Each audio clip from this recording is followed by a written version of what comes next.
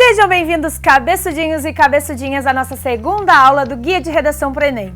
Hoje nós vamos entender a estrutura do texto dissertativo argumentativo. Vem comigo!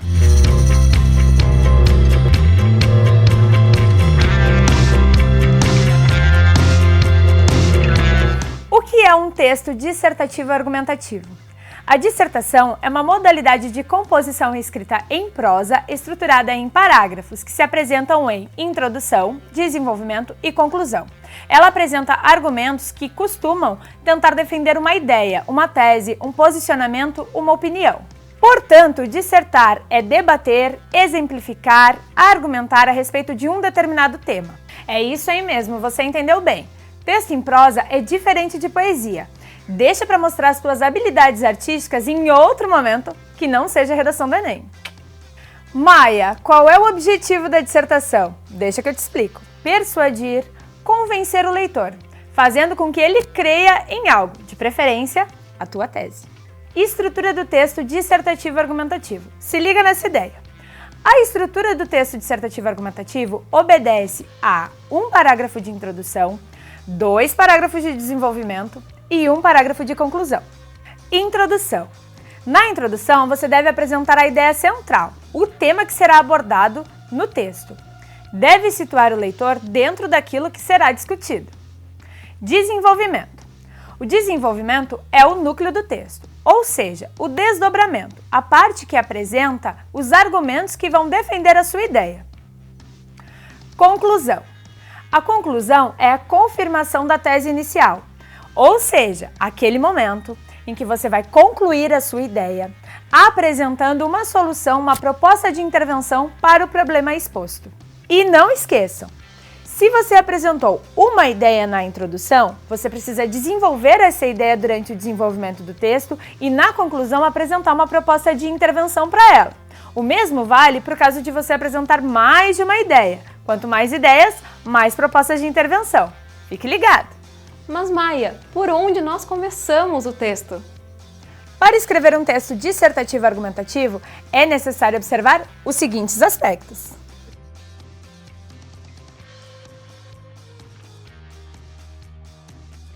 Dica número 1. Ler atentamente os textos que trazem a proposta de redação e escolher aquele com o qual você mais se identifica. Dica número 2. Refletir sobre o tema e escolher argumentos para rascunhar. Argumentos que você gostaria de debater, refletir e apresentar ao leitor. Dica número 3. Pensar em alguma maneira, alguma proposta de intervenção social, ou seja, uma ação que possa contribuir para a solução sobre o tema proposto. Dica número 4. Não percam de vista. O texto dissertativo argumentativo deve convencer alguém sobre alguma coisa. Para contribuir com a objetividade do seu texto, é importante que ele seja escrito de maneira impessoal, ou seja, sem emoções, sem subjetividades. Para isso, eu indico que vocês utilizem a terceira pessoa. Mas por que a professora Maia recomenda o uso da terceira pessoa do discurso? Bom, basicamente porque a terceira pessoa ela marca um distanciamento e uma impessoalidade em relação ao autor e ao texto. Basicamente, o que vocês devem pensar é o seguinte: pensem que a ideia, a tese que vocês estão defendendo é a tese que o jornal mais importante, que os pesquisadores mais importantes defendem também. Então ela tem que ter um valor global, ela não pode parecer que é a representação de uma opinião pessoal e subjetiva, por isso que a gente usa a terceira pessoa. Mas cuidado com o uso do nós, a segunda pessoa do plural. Por que a gente deve evitar essa pessoa ao escrever a nossa redação?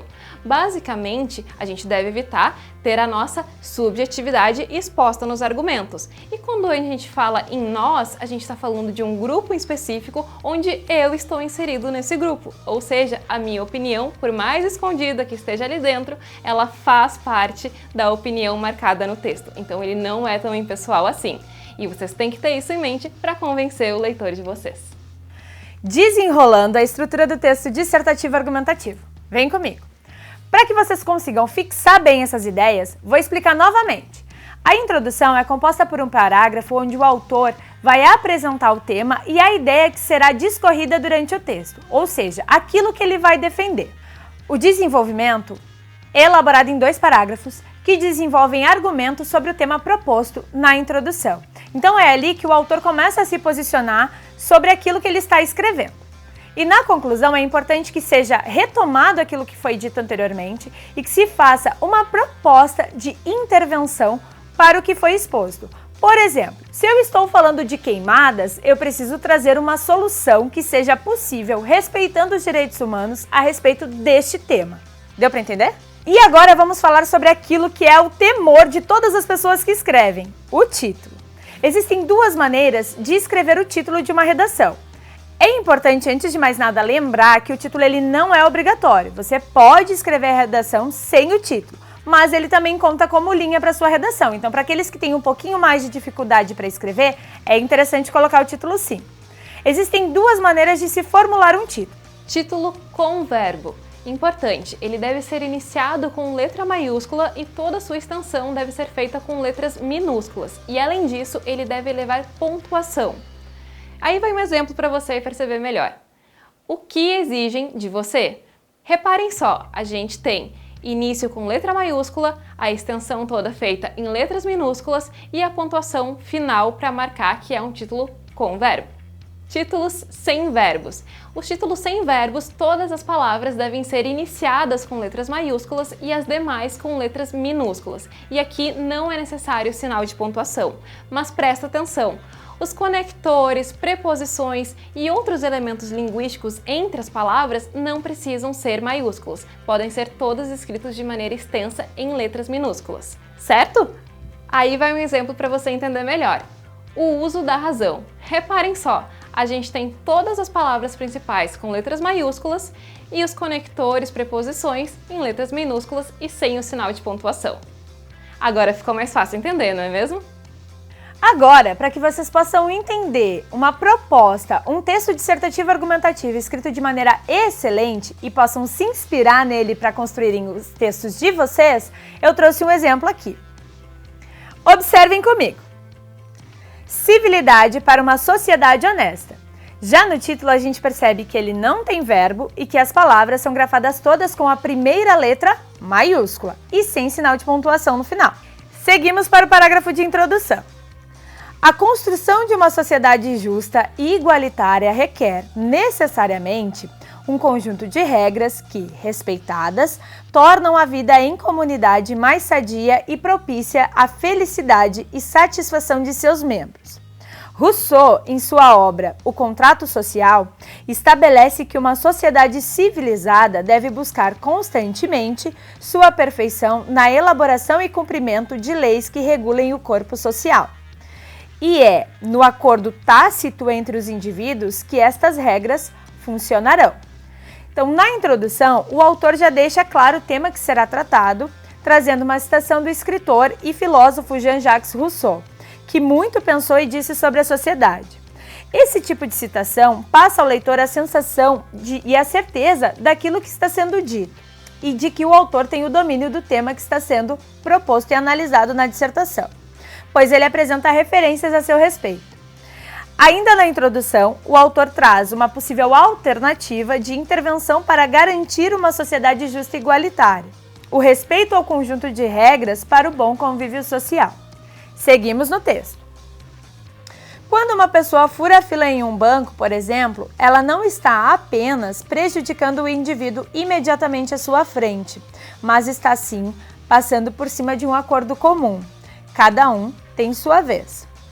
O prejudicado poderia reclamar a si a vaga retirada e furar, por sua vez, o próximo espaço na fila, ampliando cada vez mais o desrespeito às regras e tornando impossível o funcionamento e a convivência harmônica do grupo em que se encontra. Vamos agora ao segundo parágrafo do desenvolvimento. Outro aspecto relevante a destacar é a infração ao Código de Trânsito. Com o elevado número de acidentes causados por veículos automotores atualmente, não se pode mais tergiversar sobre o cumprimento do referido conjunto de leis. Estacionar o carro sobre a faixa de segurança é um exemplo de desrespeito que podemos presenciar a qualquer hora do dia. Este ato, que pode até parecer insignificante ao motorista que o comete, prejudica muito o pedestre, pois além de obrigá-lo a atravessar em um local impróprio, acaba por fazê-lo desacreditar nos sinais de trânsito, já que dificilmente são observadas suas indicações. Assumir a responsabilidade pelo cuidado de sua vida e dos que o cercam denota maturidade cívica, que é o fim último de toda a sociedade que se representa honesta. Então, no desenvolvimento, o autor apresenta, no segundo parágrafo, situações cotidianas que desrespeitam regras sociais e que ferem o direito coletivo e a liberdade individual. Isso seria um contra-argumento àquilo que ele apresentou lá no início, na introdução. No terceiro parágrafo, ele segue apresentando situações delicadas decorrentes de falta de respeito às regras estabelecidas dentro da sociedade e ressalta com isso a importância da responsabilidade individual relacionada às ações que ferem direitos que podem colocar em risco a segurança coletiva. Vamos ao parágrafo de conclusão agora para saber qual proposta de intervenção ele nos traz sobre essa temática. Portanto, só conseguiremos construir um país efetivamente civilizado quando soubermos direcionar a mesma preocupação que temos em atender às nossas necessidades imediatas aos direitos de nossos conterrâneos, uma vez que partilhamos do mesmo espaço e necessitamos uns dos outros para manter e aprimorar o padrão de vida ao qual já chegamos. No último parágrafo, o autor conclui apresentando uma alternativa de intervenção para se chegar à civilização ideal, agir pensando de maneira coletiva, deixando de lado o egoísmo e o individualismo tão corriqueiro nos dias atuais.